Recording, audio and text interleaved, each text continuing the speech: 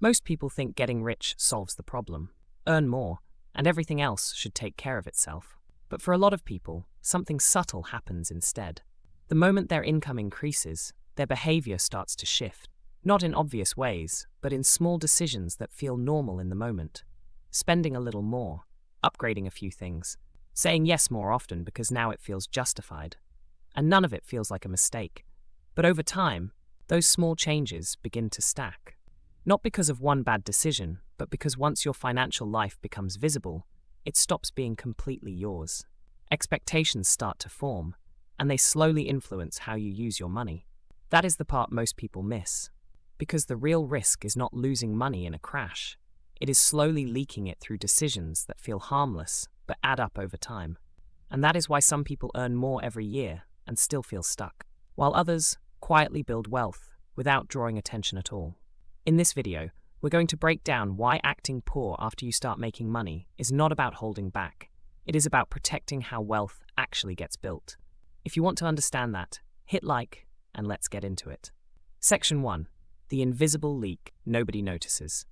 Wealth usually does not disappear all at once. It leaks slowly through a series of small decisions that feel completely reasonable in the moment.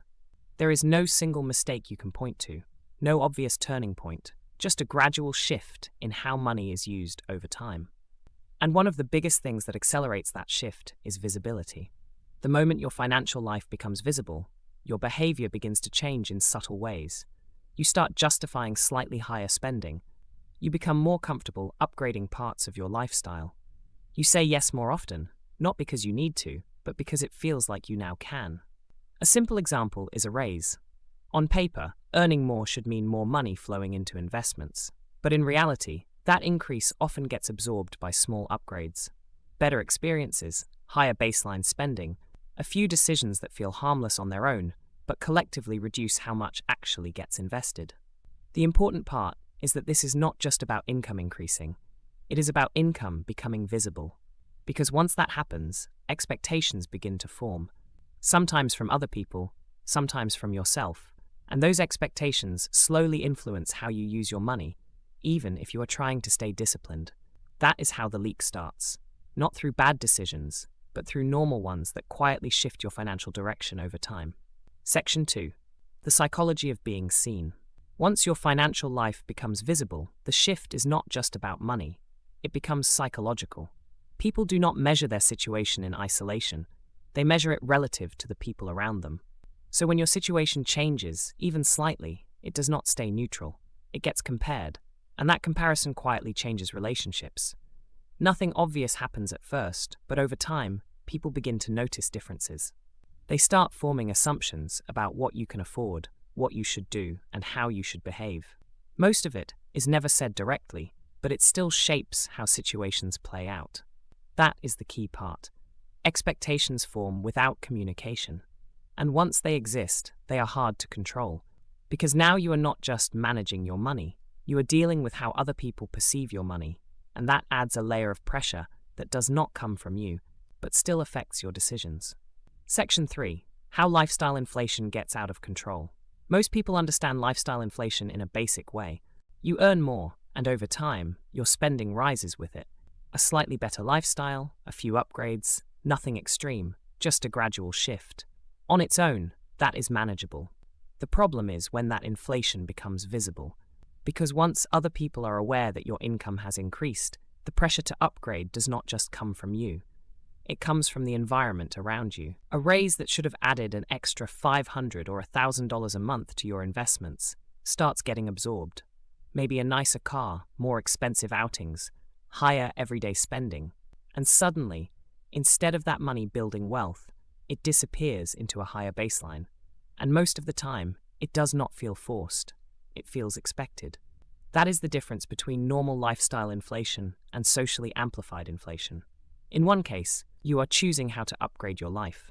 In the other, you are responding to what feels appropriate based on what people know about you. And that pressure changes decisions in ways that are hard to notice. You spend a little more than you planned. You justify things more easily. You match the level that others now associate with you. Not because you deeply wanted those upgrades, but because once you are being watched, Staying the same starts to feel like holding back. And that is how compounding gets disrupted. Not by one big purchase, but by a pattern of small increases that slowly reduce how much actually gets invested over time. Section 4. The hidden cost of social obligations. Once people believe you have money, something else starts to happen. You slowly become a resource. At first it looks small, covering a dinner here and there, giving slightly better gifts, helping out when someone is in a tough spot. None of it feels unreasonable. In fact, it often feels like the right thing to do. But over time, those moments start to repeat. And that is where the cost builds. A few $1,000s a year in help does not seem like a big deal. But stretch that over 10 or 15 years, and the number becomes meaningful. Not just what you gave, but what that money could have become if it had stayed invested and compounding. And the difficult part is not the math, it is the emotion. Because once expectations are in place, saying no starts to feel uncomfortable. You do not want to disappoint people. You do not want to seem selfish, so you say yes more often than you planned, even when it does not align with your goals. That is how generosity slowly turns into obligation. Not because you intended it, but because visibility changed how other people relate to your money. And once that shift happens, it becomes harder to separate what you choose to give from what you feel expected to give. Section 5. 2 paths. Quiet wealth versus loud wealth. To see how this plays out, it helps to look at it through a simple contrast. 2 people earn the same income. Both get raises over time. Both have the same opportunity to build wealth, but they take very different approaches. One keeps things private. Their lifestyle stays relatively stable even as their income increases. They invest consistently without making a big deal out of it. There is no need to signal progress, no pressure to upgrade just because they can. Most of the difference between what they earn and what they spend quietly goes into assets. The other takes a more visible path. Each increase in income shows up in their lifestyle. Better car, more expensive habits, more visible signals that things are going well.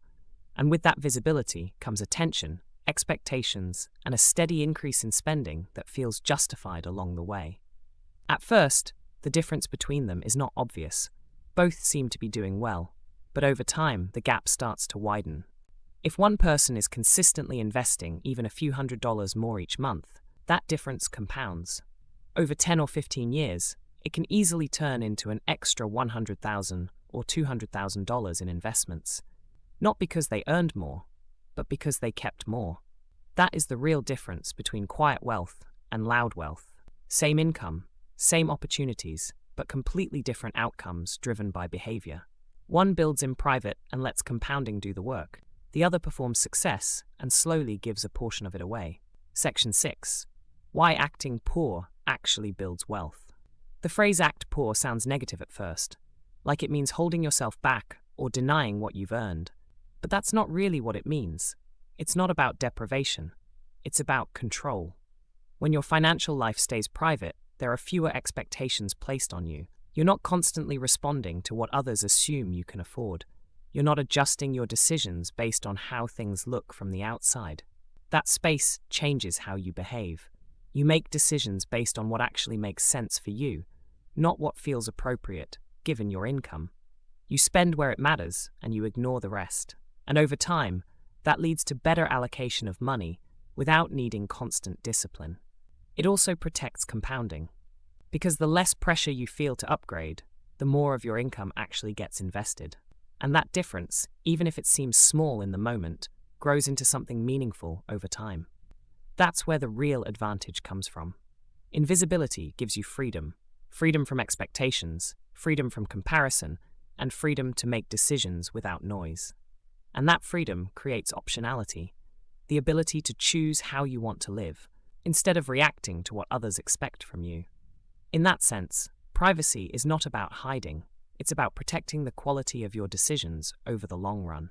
When you step back and look at all of this, the pattern is simple. Wealth is rarely lost in one big event. It is lost slowly, through visibility and the behavior that follows it. Not because people make reckless decisions, but because small changes in spending, expectations, and pressure quietly pull money away from compounding over time. That is why staying quiet matters. It protects your ability to think clearly, to invest consistently, and to let your money grow without unnecessary friction. And over the long run, that protection turns into freedom. Freedom to choose how you spend, how you give, and how you live, without constantly reacting to what others expect. So I'm curious, do you tend to share your financial wins, or do you keep them private? Let me know in the comments. And if you want to go deeper, watch the next video on how compounding actually works over time, or how lifestyle inflation quietly slows down your progress. Subscribe if you want more videos that break down the psychology behind money, not just the surface level advice.